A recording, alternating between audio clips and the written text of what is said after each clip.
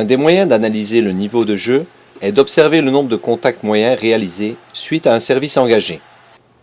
Par exemple, dans cette phase de jeu, on note au niveau du service un premier contact, un deuxième contact en réception, un troisième contact, ici une passe haute, et finalement un quatrième contact, une attaque.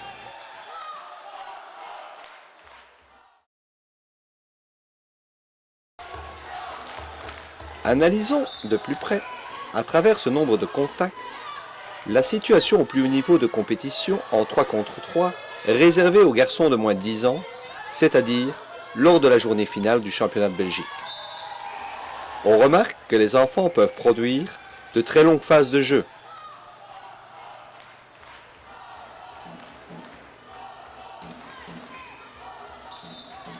Une phase de jeu peut contenir plus de 20 à 30 contacts.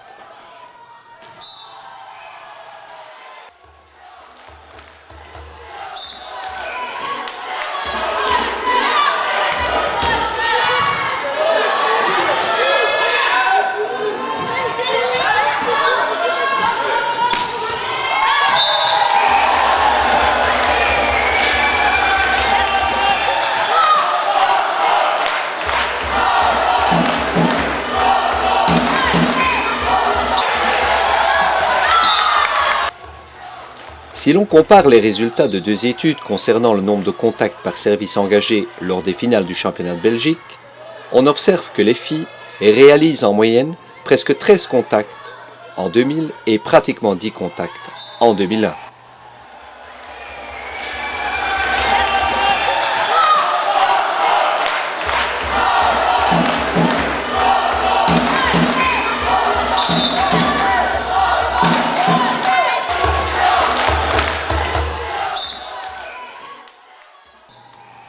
Chez les garçons au top niveau, les résultats étaient de presque 10 contacts en 98 et de 9 contacts en 2001, toujours bien entendu par service engagé.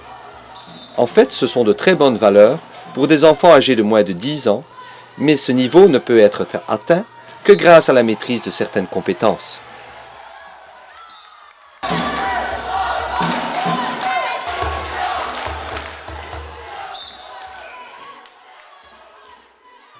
En effet, on constate que ces jeunes enfants de l'élite maîtrisent déjà les différents fondements technico-tactiques du jeu. Le service sauté,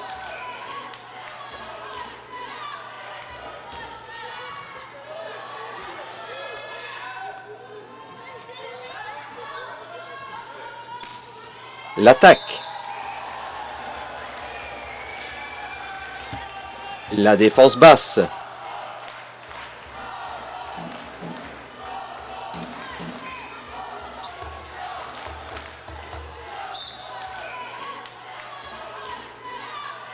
la passe sautée,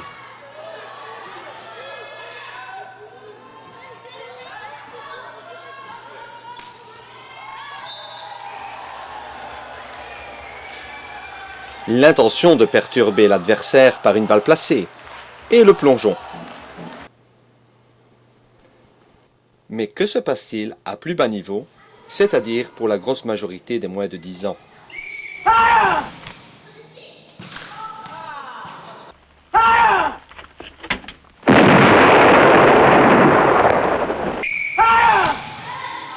Fire! Hey!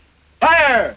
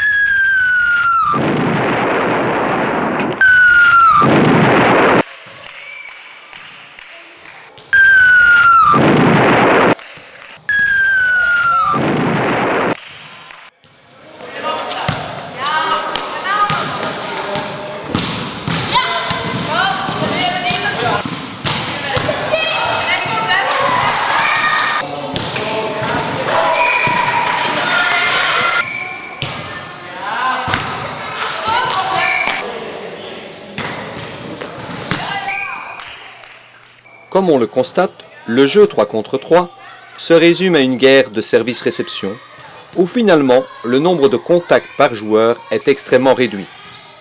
Pour remédier à cela, il fut proposé en parallèle avec la compétition 3 contre 3 de créer des moments de jeu en 1 contre 1 et 2 contre 2, aussi bien à l'entraînement qu'en tournoi et même en compétition. Dans la province du Brabant flamand, on distingue 6 formes différentes de 1 contre 1 et l'on commence avec la forme dite 0. Dans cette forme de jeu, la balle est mise en jeu par un lancer à 2 mains. La balle est toujours attrapée et lancée à 2 mains, et cela dès que possible en moins de 2 secondes. Vous remarquerez qu'après avoir lancé la balle au-dessus du filet, chaque joueur est obligé de placer un pied en dehors du terrain.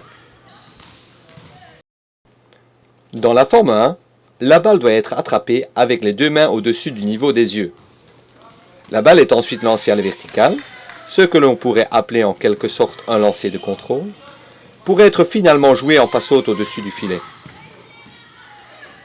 L'action dite de l'après consiste tout comme dans la forme 0 à mettre un pied en dehors du terrain.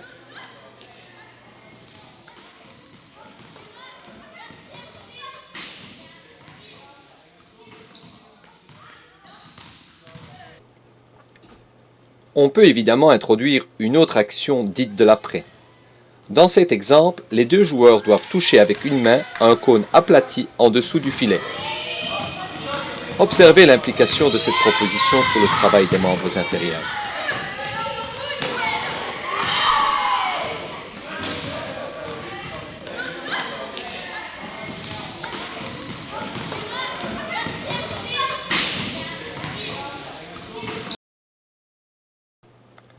Dans la forme numéro 2, la balle est en quelque sorte cueillie à une main pour être jouée 2 fois de suite en dribble basket.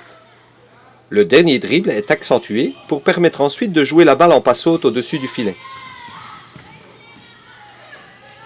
Le coaching des enfants peut se dérouler à plusieurs niveaux. Encourager, promouvoir un contact court avec les 2 mains au-dessus du niveau des yeux, maintenir la frontalité par rapport au filet, etc. N'oubliez pas d'observer l'action de l'après.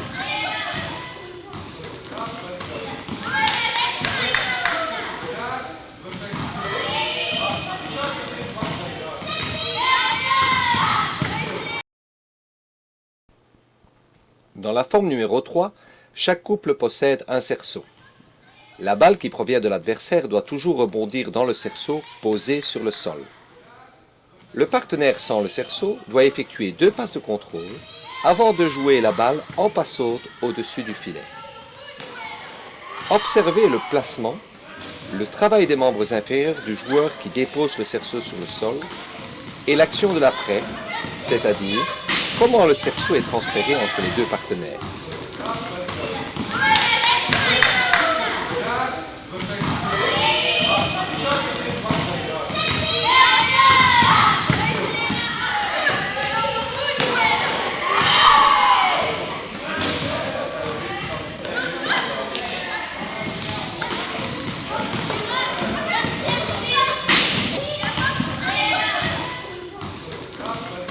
Observez la qualité de l'adaptation motrice de la fille en noir.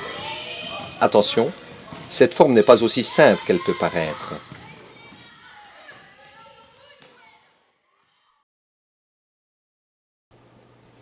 Dans la forme 4, la balle provenant de l'adversaire doit être jouée avant le rebond à la verticale en passe-haute. Ensuite, la balle rebondit obligatoirement une fois sur le sol avant d'être rejouée en passe-haute au-dessus du filet. Signalons que les passes hautes peuvent être éventuellement précédées d'une passe de contrôle.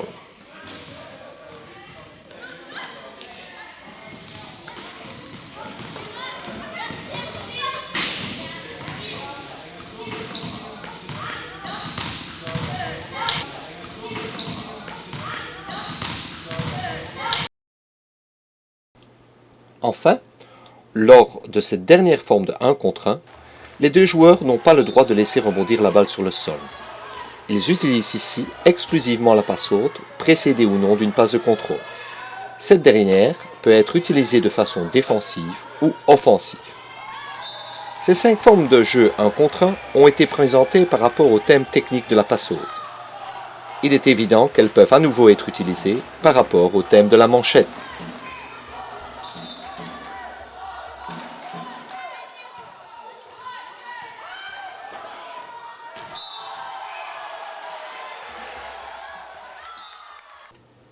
Quatre formes de jeu 2 contre 2 ont été utilisées dans la province du Brabant flamand. Nous reviendrons très longuement sur la première forme et passons de suite à la forme numéro 2. La balle provenant de l'adversaire doit rebondir dans le cerceau posé à plat sur le sol par un des deux joueurs. Ce dernier se dirige ensuite vers le filet pour placer un pied dans l'un des deux pneus de vélo placés sous le filet. Après le premier rebond, les deux joueurs effectuent une construction en 3 contacts. Ils utilisent la passe haute et éventuellement une passe de contrôle à chaque contact. Dans la forme 3, les deux joueurs jouent côte à côte. Chaque joueur est responsable du premier contact dans sa propre zone. Le passeur responsable du deuxième contact va d'abord toucher le réceptionneur avant de revenir au filet dans sa zone. Le joueur qui effectue le premier contact effectue une passe de contrôle. Le passeur doit effectuer sa passe vers la zone opposée au filet. Lors de l'action de l'après, le passeur doit passer à 4 pattes entre les jambes du réceptionneur attaquant.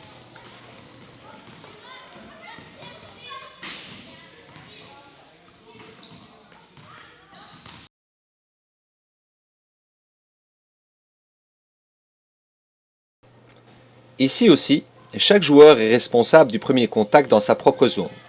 Dans cette forme, les deux joueurs jouent l'un derrière l'autre. Le deuxième contact doit toujours se dérouler dans la zone avant. La balle est engagée par un service bas et le premier contact peut être soit une passe haute, soit une manchette.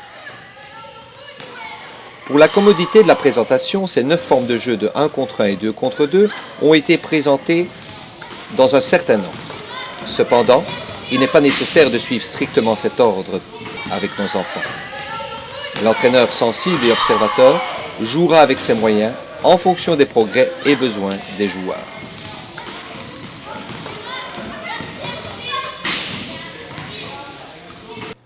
Quatre tournois de 1 contre 1, 2 contre 2 sont organisés par année. Ces quelques images sont issues de l'un de ces tournois.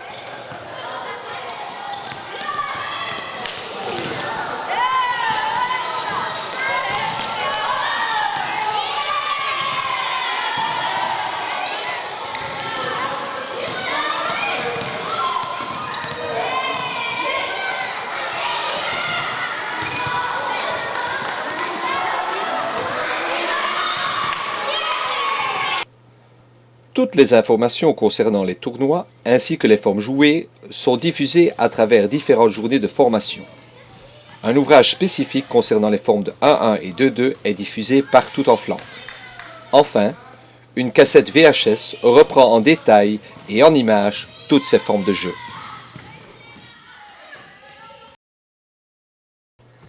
Analysons de plus près la compétition 2 contre 2 telle qu'elle existe en Brabant flamand. La première forme de 2 contre 2 s'appelle la forme 2-0. Une rencontre entre deux clubs utilise l'emplacement du filet d'un terrain d'adulte. Ce dernier est divisé en 2 plus petits terrains bien délimités par 2 jeux de 2 antennes et une zone libre de 50 cm de largeur. On place également sur les lignes latérales, à hauteur du filet, un pneu de vélo. Lors d'une rencontre entre deux clubs, le club A joue avec ses 2 duos contre les 2 duos du club B.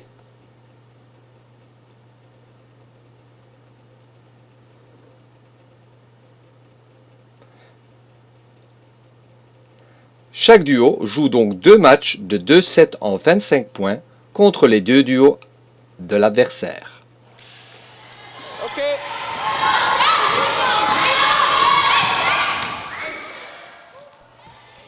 Que dit le règlement du 2-0 en ce qui concerne le service? Le service peut être engagé à 3 mètres du filet en utilisant soit la technique par le bas, soit le service tennis. Le joueur peut également choisir de servir à 4 mètres et demi du filet en utilisant à nouveau soit le service par le haut ou le service par le bas. Enfin,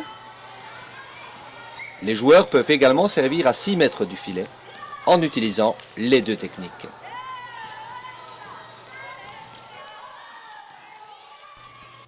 Le premier contact qui suit le service en 2-0 est obligatoirement un attrapé-lancé à 2 mains.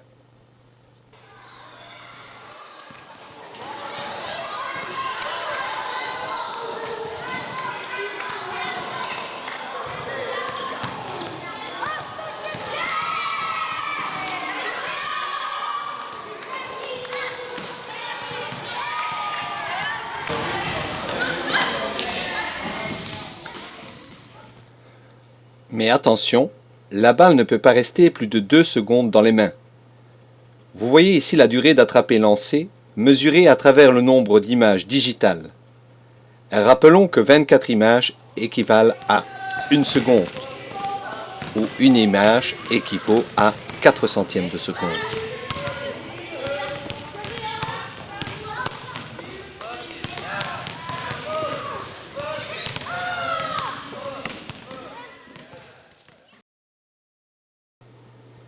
Alors qu'un des deux partenaires du duo attrape la balle, l'autre doit se diriger le plus vite possible vers le pneu de vélo placé sous le filet, de son côté.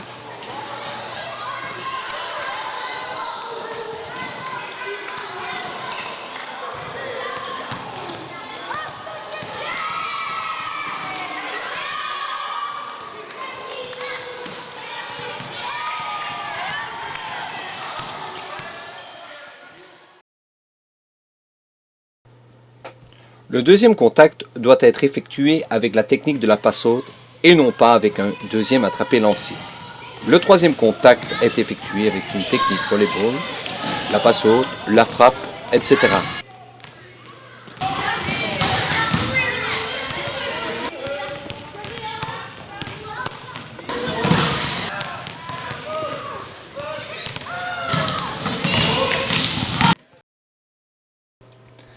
L'action de l'après, c'est-à-dire suite au troisième contact joué au-dessus du filet, se caractérise par un changement de zone des deux joueurs.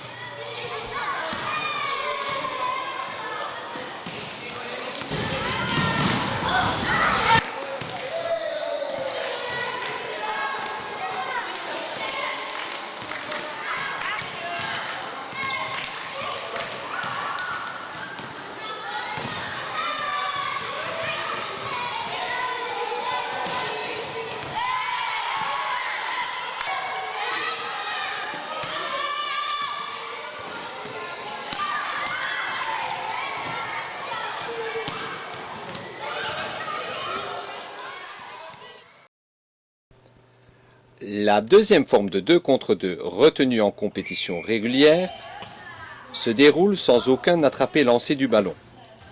Toutes les techniques utilisées par les adultes sont ici d'application.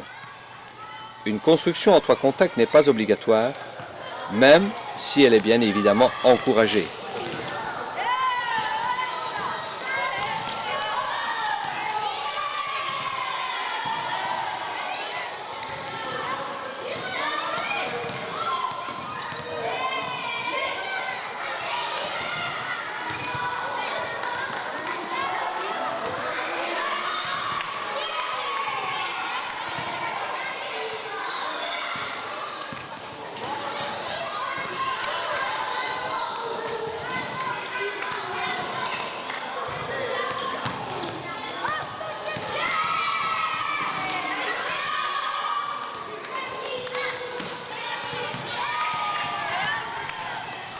Lors du deuxième tour de la compétition, seules les meilleures équipes participent à une compétition en 3 contre 3. La compétition 3 contre 3 n'est donc pas rangée aux oubliettes, mais seulement proposée aux enfants qui peuvent en tirer le meilleur parti.